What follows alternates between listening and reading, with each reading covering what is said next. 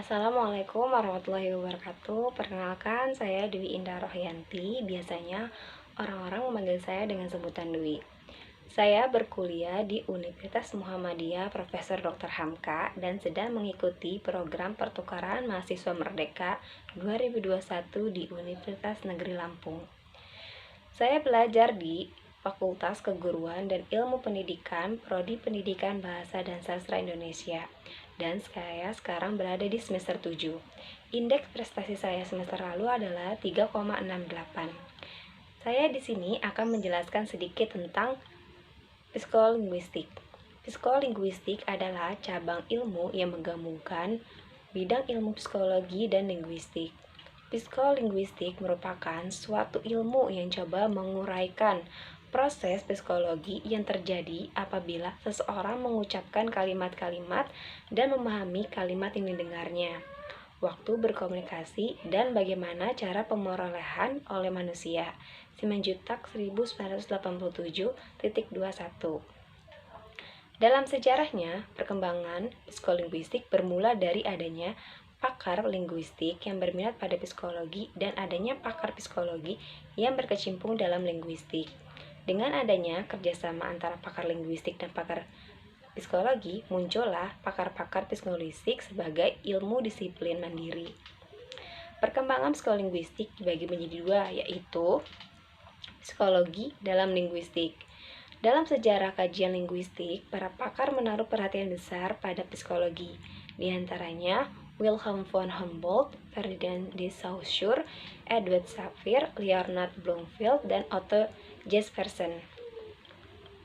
Von Humboldt menyatakan pakar linguistik berkebangsaan Jerman ini telah mencoba mengkaji hubungan antara bahasa dengan pemikiran manusia. Caranya dengan membandingkan tata bahasa dari bahasa-bahasa yang berlainan dengan tabiat-tabiat bangsa-bangsa penutur bahasa tersebut. Yang kedua ada linguistik dalam psikologi. Dalam sejarah perkembangan psikologi, sejumlah pakar psikologi menaruh perhatian besar pada linguistik, di antaranya John Dewey, Carl Buchler, Wood, Watson, dan Weiss. John Dewey, pakar psikologi berkebangsaan Amerika, seorang empiris murni. Beliau mengkaji bahasa dan perkembangannya dengan cara menafsirkan analisis linguistik kanak-kanak berdasarkan prinsip-prinsip psikologi. Dengan cara inilah, makna berdasarkan prinsip-prinsip psikologi akan dapat ditentukan hubungan antara kata-kata adverbia dan preposisidistu pihak dengan kata-kata berkelas nomina dan adjektiva di pihak lain. Jadi, dengan pengkajian kelas berdasarkan pemahaman kanak-kanak, kita dapat menentukan kecenderungan akal atau mental kanak-kanak yang dihubungkan perbedaan-perbedaan linguistik. Pengkajian seperti menurut Dewi yang memberikan bantuan yang besar kepada psikologi pada umumnya. Psikolinguistik adalah ilmu antardisiplin antara psikologi dan linguistik yang memiliki ciri-ciri antara lain. Yang pertama, membahas hubungan bahasa dengan otak. Yang kedua, berhubungan langsung dengan prosa penyediaan, encoding, dan pemahaman atau decoding. Yang ketiga ada sebagai suatu pendekatan. Yang keempat, menelaah pengetahuan bahasa, pemakaian bahasa, dan perubahan bahasa. Yang kelima di sini ada membahas proses yang terjadi pada pembicaraan dan pendengar di dalam kaitannya dalam bahasa. Selanjutnya, menitikberatkan pembahasan mengenai pemrolehan bahasa dan perilaku linguistik.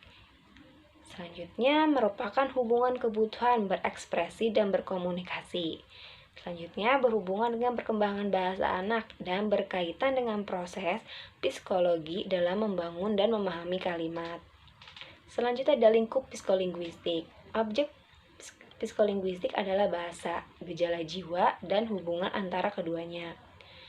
Bahasa yang berproses dalam jiwa yang tercermin dalam gejala jiwa. Bahasa dilihat dari aspek psikologi, yakni proses bahasa yang terjadi pada otak, baik pada otak pembicara maupun otak pendengar. Aspek-aspek yang penting dalam garapan psikolinguistik antara lain, yang pertama ada kompetensi, yaitu proses bahasa dalam komunikasi dan pikiran.